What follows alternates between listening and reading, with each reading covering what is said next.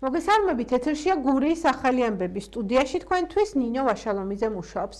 ზურა გირჩი ჯაფარიძის დაკავებას პოლიტიკურ სპექტრში ეხმიანებიან და აფასებენ. ოპოზიციური პარტიები ზურა გირჩი ჯაფარიძის დაკავებას პოლიტიკურ დევნად და ანგარიშწორებად აფასებენ. მართვა გუნდში კი ამბობენ, რომ ჯაფარიძემ იცოდა თუ რა მოჰყვებოდა კანონის დარღვევას, თუმცა ეს მისი მხრიდან მიზანმიმართული ქმედება იყო. შეგახსენებთ, რომ ზურა ჯაფარიძეს პარლამენტის დროებითი გამოცდილება კომისიის ხდომაზე არ მისვლის გამო გირაო შეეფარდა, რომელიც არ გადაიხადა. გუშინდელ პროცესზე კი გირაო პატიმრობით შეეცვალა და სხდომათა დარბაზში დააკავეს. ზურას სიმამაცე, გამბედაობა, პრინციპულობა, უკომპრომისობა და თავგანწირვა ნამდვილად უნდა გახდეს მაგალითი და გახდება კიდეც დარწმუნებული ვარ თითოეული ჩვენგანისთვის. გარდა მორალური მაგალითისა, მე ვფიქრობ, რომ მნიშვნელოვანია ამ უკიდურესმა უსამართლობამ ასევე მისცეს ბიძგი კონკრეტულ მოქმედებას და გახდეს კონკრეტული მოქმედების საფუძველი და ჩემი აზრით ერთადერთი სწორი მოქმედება დღეს ასეთი უსამართლობის პირისპირ არის ოპოზიციის გაერთიანება. გუშინ რაც ვიხილეთ, ეს იყო ზურა ჯაფარიძის გააზრებული, სხვათა შორის ზურა ჯაფარიძე იყო და არის ერთ-ერთი ყველაზე თანმიმდევრული პოლიტიკოსი, რომელიც თავიდანვე იცოდა რა საკეთებდა, რატომ აკეთებდა და რა შეიძლება ამას მოყოლოდა. ეს არის მისი არჩევანი, როგორც ჩანს ის თვლის, რომ ციხიდან, საპატიმროდან ის უფრო ეფექტური იქნება, ამასაც აქვს თავისი ასე ვთქვათ ახსნა, თუმცა სხვა პოლიტიკოსები, ვინც ამ შემთხვევაში გადაიხადა გირაო, როგორც ჩანს ისინი ფიქრობენ, რომ თავისუფლებაზე ხალხთან ერთად გაცილებით ეფექტურები იქნებიან, აი სწორედ ამ მიზნისკენ მიმავალ გზაზე. არ მოდიან საგამოძიებო კომისიის ხდომაზე, არ შეუძლიათ პასუხების გაცემა, არაფერი არ აქვს სათქმული და ამავდროულად ისინი არ იხდიან გირაოს და იმ ყველაფერს აკეთებენ იმისათვის, რომ შემდეგ თავისავე ტელევიზიებში მოახერხონ საზოგადოების შეცდომაში შეყვანის მცდელობა გქონდეთ, რომ თითქოს ისინი არიან მეწამულები. ამ ადამიანებს უნდათ, რომ პოლიტიკით იყოს გაჯერებული სასამართლო და სასამართლომ მიიღოს გადაწყვეტილებები პოლიტიკური მიზანშეწონილობიდან და არაფრად არ დაგიდებენ კანონს. ამავდროულად კიდევ ერთი მცდელობა არის ეს მათი მხრიდან, რომ ჩამოშალონ ინსტიტუტები. ოზურგეთის ცენტრალურ ბიბლიოთეკაში დღეს წიგნის პრეზენტაცია ქუთაისი და იმერეთი მე-19 საუკუნის ევროპელი მოგზაურების ჩანაწერებში შედგა. რიგით მეათე მონოგრაფია სახელწოდებით ქუთაისი და იმერეთი მე-19 საუკუნის მოგზაურების ჩანაწერებში ფილოსოფიის მეცნიერებათა დოქტორმა თამაზ გვენეტაძემ დღეს ოზურგეთის მკითხველს ცენტრალურ ბიბლიოთეკაში წარუდგინა. წიგნი, როგორც ავტორმა გვითხრა, ცნობილი და ნაკლებად ცნობილი მოგზაურების იმერეთში ყოფნას ასახავს, რომელიც დაახლოებით 2 საუკუნის წინ მოხდა და ძირითადად იმერეთის მაშინდელ ცხოვრებაზე მოგვითხრობს. წიგნის პრეზენტაციის ოზურგეთში გამართვის იდეა ავთო ბერიშვილს ეკუთვნის, რომელსაც მხარდაჭერა ბიბლიოთეკის ხელმძღვანელისგან და ლიტერატურული გურიის გამომცემლისგან ჰქონდა. ავტორმა პრეზენტაციის ბოლოს ოზურგეთის ცენტრალურ ბიბლიოთეკას წიგნის არაერთი ეგზემპლარი საჩუქრად გადასცა. მე-19 საუკუნე ძალიან საინტერესო პერიოდი იყო საქართველოსთვის.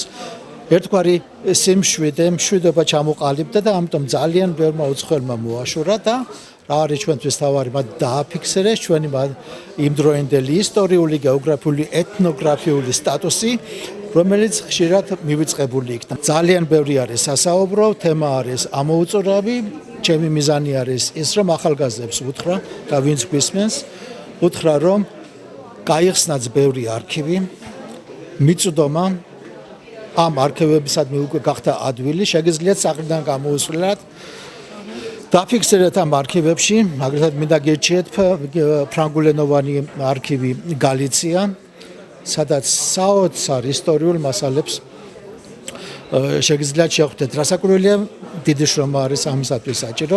ეს წიგნი არის 2 წლის მუშაობის შედეგი და კიდევ ორი წიგნი არის მზად გამოსაცემად. დოკუმენტურ მასალაზე არის აგებული ეს წიგნი.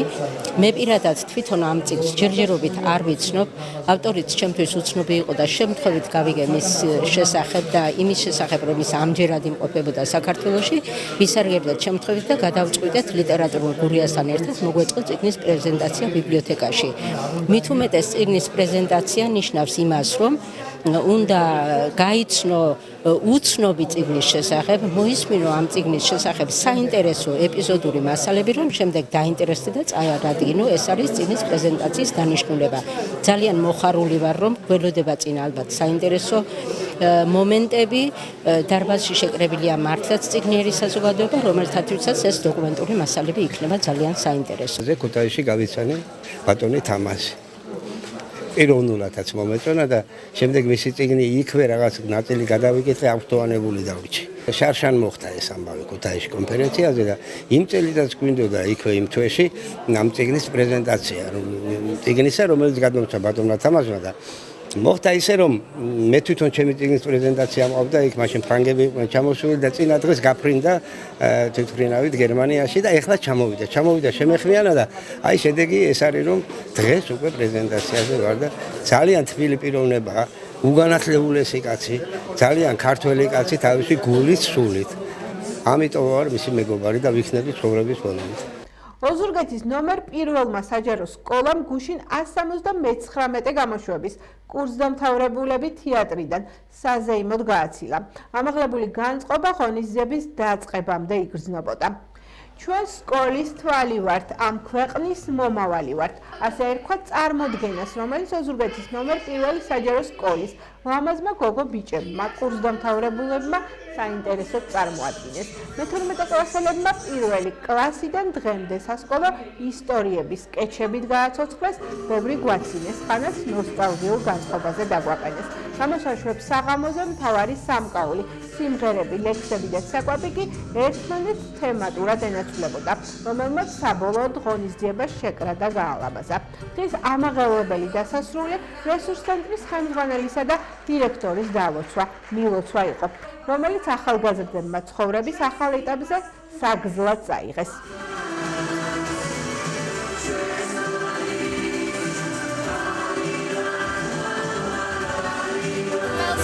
ძალიან ამაღელვებელი დღე არის, ძალიან მნიშვნელოვანია თითოეული აბიტურიენტისთვის, იმიტომ რომ მნიშვნელოვან ეტაპზე გადავდივართ. წინ გამოცდები გვაქვს გადამწყვეტი ეტაპი, აქედან გამომდინარე ეს შესაძლოა იყოს განტვირთვა და უდიდესი შვება თანაკლასელებთან ერთად, რომლებთანაც უდიდეს დროს ვატარებდით 12 წლის განმავლობაში. მე მინდა ყველა მე-12 კლასელს მივულოცო და წარმატება მუსურვოთ ცხოვრების გზაზე. ვფიქრობ, რომ თითოეული ჩვენგანისთვის, ვინც დღეს სცენაზე ვიდექით, ყოველთვის მნიშვნელოვანი დღეა. იქედან გამომდინარე, რომ ეს მოგონებები არასდროს არ დაგვავიწყდება. ვფიქრობ, მაყურებელიც კმაყოფილი დარჩა და ძალიან ბედნიერები ვარ თითოეული ჩვენგანი, რა თქმა უნდა, პირველი სკოლა პირველი. განსაკუთრებული დღე იყო მართლაც, აი არაჩვეულებრივი თაობა იდგა დღეს სცენაზე. ჩვენი სკოლის 179 გამოშვება, უნიჭიერესი, ულამაზესი ბავშვები. მე მინდა მათ გზა დაულოცო, ბედნიერი, წარმატებული მომავალი უსურვო და ტრადიციულად ესახელებინოთ პირველი საჯარო სკოლა. ამას უსურვებ მათ. ასეთი თაობა, ლაღი, მიზანდასახული, შრომის მოყარე, თავისუფალი, რაღაც სასწაული თაობა მოდის და მე მათ ყველაფერს საუკეთესოს უსურვებ თავიანთ სავალ გზებზე.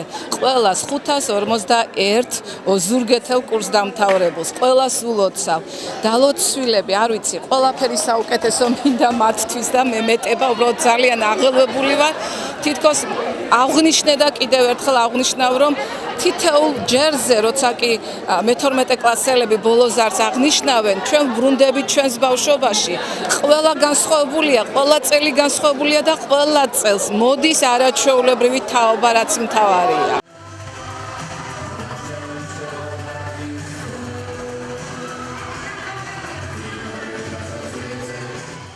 ბოლოს არის საღამო ნამდვილ ზეიმად აქცია გუშინ გაბრიელ ეპისკოპოსის სამრევლო სკოლის მე-12 კლასელებმა. ნახოთ რეპორტაჟი ღონისძიებიდან. პოსტმოდერნისტული და ხალხური ცეკვებით გაჯერებული, ლამაზი ისტორიებით აკინძული. კარგი ლექსით, ფთაშესხმული და ცოცხლად შესრულებული, ორმახიანი სიმღერებით დამტკბარი იყო გუშინდელი საღამო, რომელიც სკოლის დამთავრებას მიეძღვნა. გამორჩეული არა მარტო გაბრიელ ეპისკოპოსის სამრევლო სკოლის კურსდამთავრებულებისთვის, არამედ სტუმრებისთვისაც. ღონისძიება კიდევ მეტად ამაღელვებელი მშობლებთან და პედაგოგებთან შესრულებულმა ნომრებმა გახადა.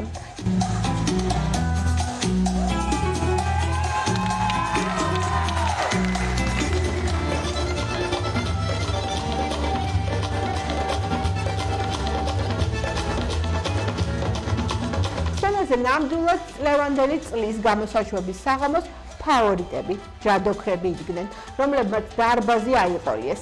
დასასრულს სტუმრების მილოცვების ფოიერვერკი იყო და მამა იოსების დალოცვა, რომელმაც ყველა ბავშვის გულში გაიარა.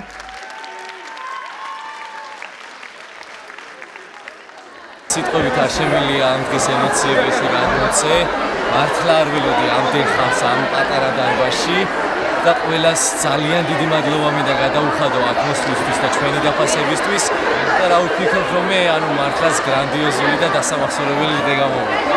ძალიან ემოციური იყო ჩვენთვის და მართლა მთელი გულით ჩავდით იმისთვის რომ საუკეთესო არის გამოსულიყო და არის გვეუბნება რომ ჩვენი შევიძებით იმიტომ რომ მართლა ყველაფერი რასაც ვაკეთებდით გულით იყო გაკეთებული და ყველაფერი სიამოვნებდა და არ იყო ეს რაღაც გაძალებით არ იყო ეს სულისთვის ეს იყო ჩვენთვის და ყველაფერს ვაკეთებდით ჩვენი თავისთვის. ბავშვებმა ჩავდეთ ყველაფერი, რაც შეგვეძლო და რისი შესაძლებლობაც ჰქონდა, რისიც არ ჰქონდა, ისიც კი ჩავდეთ, ყველაფერს ვეცადეთ, რომ ეს ღონისძიება გამოსულიყო სრულყოფილი და იმის ზემოთაც კიდე რაც შეიძლებოდა ვარ ძალიან გაყოფილი. მინდა უსულო ყველაფერი წარმატება, ყველაფერი, ასე მოგიდე მე ხელს ყველაფერში იყვნენ საუკეთესონი და რა თქმა უნდა სიყვარულით ვაკეთებ ყველაფერი. ძალიან გულიმწება. კიდევ მიხარია რომ ახალი ცხოვრების ეტაპს ვიწყებ, მაგრამ ძალიან მიჭირს ბავშვებთან ჩამოშორება, იმიტომ რომ მართლა რაც თავი მაქვს და რაც მოგონებები შენახვა დავიწყე გონებაში, იმის მერე სულ ესენი მიყოლან და უბრალოდ ვეხას ვერ ვიაზრებ რომ სკოლა დავასრულე და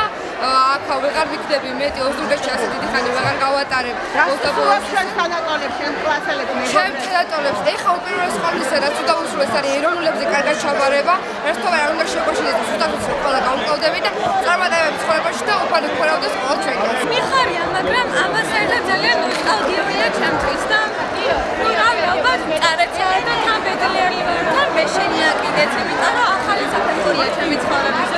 ძალიან დასამახსოვრებელი დღე თავიდან არ მქონდა ასეთი ისე რა ქვია შეგიძლია რომ ისეთი კაი იქნებოდა მაგრამ ეხა ხრო არ და ყველა გონება კაია თავიდან ცოტა ისე ვიყავი არ უიმედოდ ვიყავი მოყედ მაგრამ ეხა ძალიან ბედნიერი ვარ და რაც ცურებს მეგობრებს ჩვენს მეგობრებს ყველაფერს კაის აბსოლუტურად ცხოვრებაში რაც მოდეთ იმას მიიღწევთ ეს მართლაც განსაკუთრებული დღე არის იმიტომ რომ ასეთი სიხარულის უფროს ასეთი განწყობა რაღაც ამაღლებული და ეს არის ჩვენი იმედი, იმიტომ რომ ეს ჩვენს მომავალს უკავშირდება, ჩვენს ხალხებს უკავშირდება. მე ულოცავ არა მარტო ამ ჩვენს კურსდამთავრებულებს, რომლებიც დღეს სცენაზე იდგნენ, არამედ მთელი საქართველოს ყველა კურსდამთავრებულს, ყველა მოზარდს, ყველა ახალგაზრდას უსურვებ, რომ წარმატებული ყოფილიყვნენ სტუდენტობაში, საქმიანობაში, პირად ცხოვრებაში და ყოფილიყვნენ ჩვენი ქვეყნის, ჩვენი ერის გამაძლიერებელი ძალა და გამაძლიერებელი მუხტი არის მათში, რაც მათ შეუძლიათ მით უმეტეს ესეთი ნიჭიერება, როგორც დღეს ვიხილეთ ჩვენ, ასეა საქართველოს თითქმის ყველა ახალგაზრდა და მე მადლობელი ვარ იმისათვის უფალთან, რომ შეაძლებინა ამ ბავშვებს, შეაძლებინა ჩვენც რომ რაღაცა ეს უნარები, ჩვევები ცოდნა მიგვეც ამათის და დღეს ვიხილეთ რომ წარმოვიდგინეთ თავი.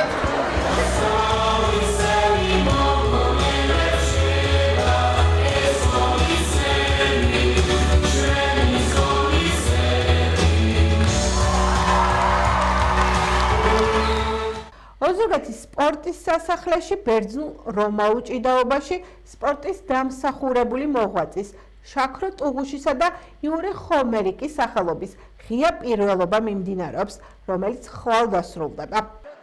საჭიდაო ღია პირველობა ოზურგეთის სპორტის სასახლეში 2012, 13 და 2014 წლებში დაბადებულთა შორის სხვადასხვა წონით კატეგორიაში იმართება.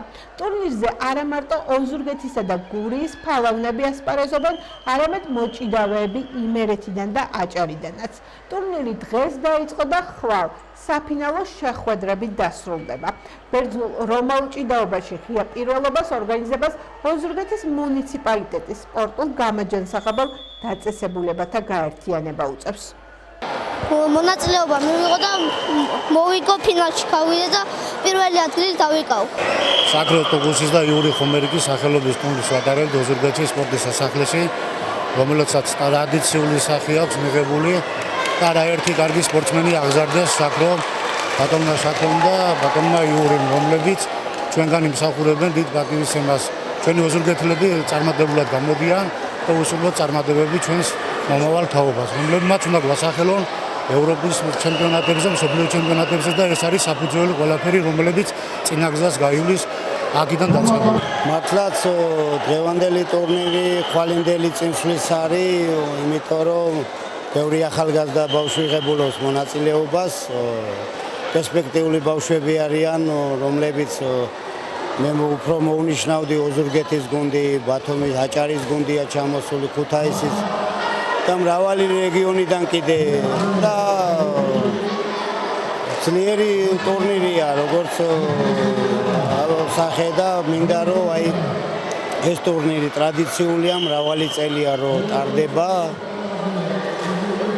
დაახლოებით მე-17 წელია რომ ტარდება. თანდათან უფრო წინსვლა გვაქვს, მართლაც იქიდან გამომდინარე რომ არის პირობები, არის გვერდში დგომა და აქედან გამომდინარე შედეგებიც გვაქვს. ვაგრძელებთ გამოშვებას სტუმართან ერთად. ჩვენი გადაცემის სტუმარია ბაჩო ახალაძე, ჩოხატაურის წარმომადგენელი, კოალიცია ცვლილებისთვის წარმომადგენელი, ამავდროულად საკრებულოს წევრი. მოგესალმებით ბატონო ბაჩო და მადლობას გადაგიხდით გადაცემაში მონაწილეობისთვის. მოგესალმებით, მადლობა თქვენ შესაძლებლობისთვის მივესალმებით თქვენს ტელემაყურებელს. ალბათ ხვდებით, რომ საუბარს ვიწყებთ ზურა ჯაფარიძის დაკავების თემით. თქვენგან რაიონული ლიდერისგან შეფასება მინდა მოვისმინო ამ ფაქტთან დაკავშირებით, რას უკავშირებთ, ხო არ არის ეს ქართული ოცნების მიერ ის ნაბიჯი, რომ ქართული პოლიტიკური სპექტრი დატოვონ ლიდერების გარეშე. თქვენი შეფასება თუ შეიძლება ფაქტთან დაკავშირებით. დიახ, მოგეხსენებათ, ქვეყანაში არის ავტოკრატიული მმართველობა, შესაბამისად ლიდერების მთავარი ოპოზიციური ძალის მთავარი ლიდერების მიმართ გამოცხადებული არის ეს რეპრესიები. მთავარი მიზანი, რაც საკვირველია ქართული ოცნების სასამართლოსგან არის ის, რომ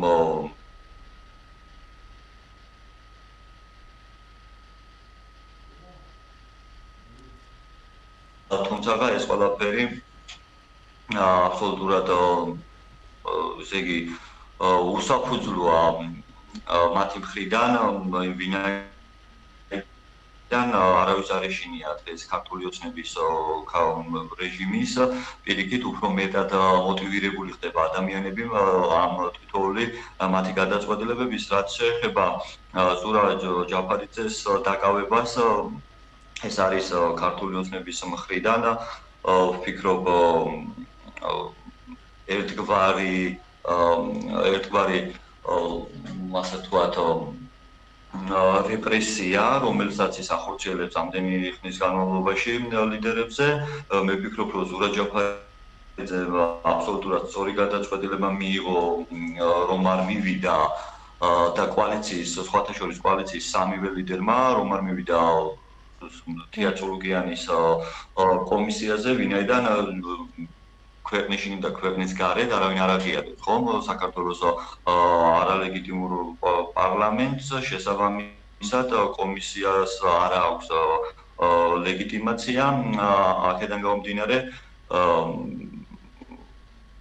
სრულად უსაფუძვლო არის თეატროლოგიანის რაღაცა დარეკილზე ადამიანებისა და ლიდერების დაკავება. შემდეგშია საუბარი, რომ ნიკამელიას და დაჭერასთან დაკავშირებით და ამასთან დაკავშირებით რა იქნება თქვენი კოალიციის გეგმები, რას აპირებთ, როგორ იმოქმედებთ?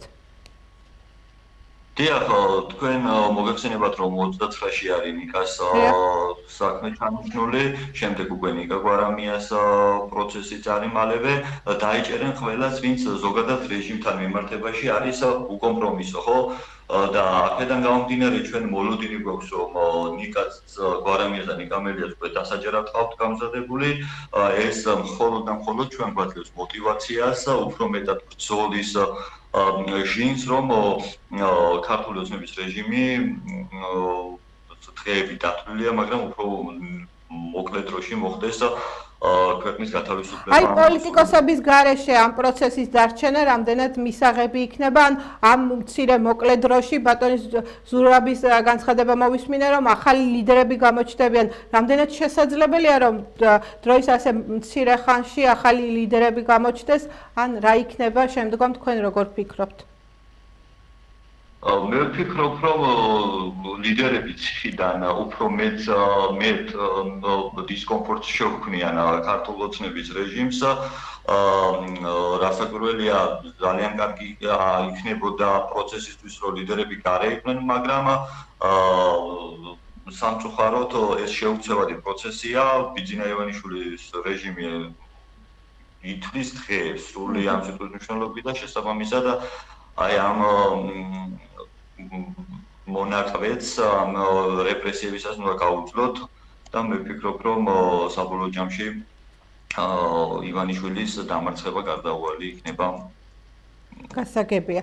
ასევე საინტერესოა კოალიციად ცვლილებისთვის ამომავლო გეგმები ადგილზე, რეგიონებში, ანუ მოდის ადგილობრივი თვითმმართველობის არჩევნები, ემზადებით ამ არჩევნებისთვის, თუ გაცხადებულად უარს ამბობთ მასში მონაწილეობაზე, ამასთან დაკავშირებითაც რა ვუთხრათ მაყურებელს. დიახ, რაც შეეხება კოალიციად ცვლილებების გეგმებს, მათ შორის ადგილობრივ დონეზეც, მე ჩვენი მთავარი გეგმა მოგეხსენებათ, რომ დღეს უკვე 177 დღეა, რაც რუსთავთ ქვეყნის მთავარი გამზირი არის გადაკეტილი. ჩვენ მყავს ქვეყანაში 50-ზე მეტი პოლიტპატიმარი, ასევე მოგეხსენებათ აპატიმრებენ პარტიის ლიდერებს და ამ ფონზე მე ვფიქრობ, რომ პარტიის მთავარი გეგმა არის უკანონო დაჭერილი ეს ბიძინა ივანიშვილის ტყვეების გათავისუფლება, ახალი არჩევნების ჩანიშვნა, ეს არის მთავარი გეგმა და არა რაიმე თვითმმართველობის არჩევნებზე ფიქრი ზოგადად მე მაშინ ასე გკითხავთ, რა მიგვიყვანს ამ გეგმის შესრულებამდე, რა იქნება თქვენი ნაბიჯები, თუ შეიძლება რა ვთქვათ? ამ გეგმის შესრულებამდე მიგვიყვანს უკომპრომისო ბრძოლა, პრინციპულობა, ეხა მთავარი ბრძოლის ხაზი არის მორალური უპირატესობა არის ჩვენს მხარეს და ამ მორალური უპირატესობითა და რეჟიმთან უკომპრომისო ბრძოლით აუცილებლად მოხდება ბიძინა ივანიშვილის რეჟიმის რღვევა და მე ცოტა გაოცებული ვარ იმ მდგომარეობით ზოგიერთი ოპოზიციური პარტიის მხრიდან აი განხილვაც კი როგორ შეიძლება ხა თვითმმართველობის არჩევნებზე შევიდეს პარტია მაშინ როდესაც ქვეყანაში არის ავტორიტარიზმი არის დამყარებული, CSKO-ს აქვს სრული უნდობლობა ხალხისგან და ამ პირობებში თვითმმართველობის არჩევნებში შესვლა რას მოუტანს ოპოზიციას? აბსოლუტურად არაფერს, პირიქით ეს იმუშავებს ბიძინა ივანიშვილის დისკურსზე, ასე რომ ვთქვათ, დაასხამს ხალხს და მათ მისცემს ლეგიტიმაციას გარკვეული კუთხით და ქართველი ხალხის მოსახლეობის აბსოლუტური უმრავლესობის გადაწყვეტილება და ესე მოთხოვნა არ არის, რომ დღეს ოპოზიციამ რაღაცა თვითმმართველობის არჩევნებში მიიღოს მონაწილეობა და რამდენიმე მანდატი მოიპოვოს სხვადასხვა მუნიციპალიტეტში, ხო? ბრძოლა არის რეჟიმის დამარცხებისათვის და აუცილებლად ამ ბრძოლას ექნება დასასრული ისეთი როგორიც ეკადრება ქართულ ხალხს და ბოლო კითხვა რეგიონში როგორ აპირებთ გააქტიურებას თქვენი კოალიცია და რა გეგმები გაქვთ თუ შეიძლება რო გითხრათ ბოლო კითხვა და დაგეშვა რეგიონში ჩვენი კოალიცია მათ შორის კოალიციის ლიდერები როგორც ვიცი კოორდინატორი შეგეცვალათ და ამასთან დაკავშირებით რაიმე სიახლეები ხო არის დიახ, ჩვენი კოალიცია რაიონულ დონეზეც აქტიურად განაგრძობს ჩვენს აქტივთან შეხვედრას,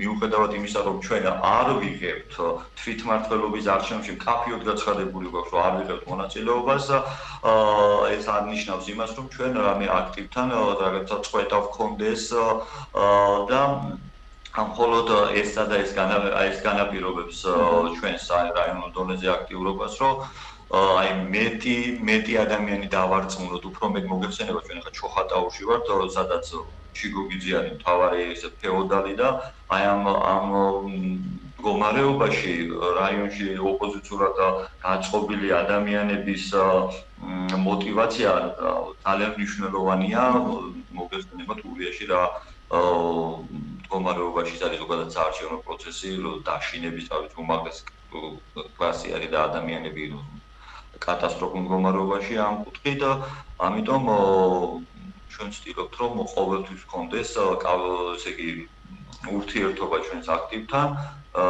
რასაც ბოლო პერიოდში თქვენ ალბათ ხედავთ, ჩვენი პარტიის ლიდერები ხდებიან სხვადასხვა მუნიციპალიტეტებში აქტივს. რაც შეეხება გურის ახალი კურატორის ახალი კურატორი ყავს თორნიკე გოგუაძე, ვისარგებლებ თქვენი ეთერით და მას წარმატებებს ვსურვებ ამ ძალიან მნიშვნელოვან სკოლაში. ძალიან დიდი მადლობა ჩართვისთვის, დროის გამონახვისთვის. მადლობა.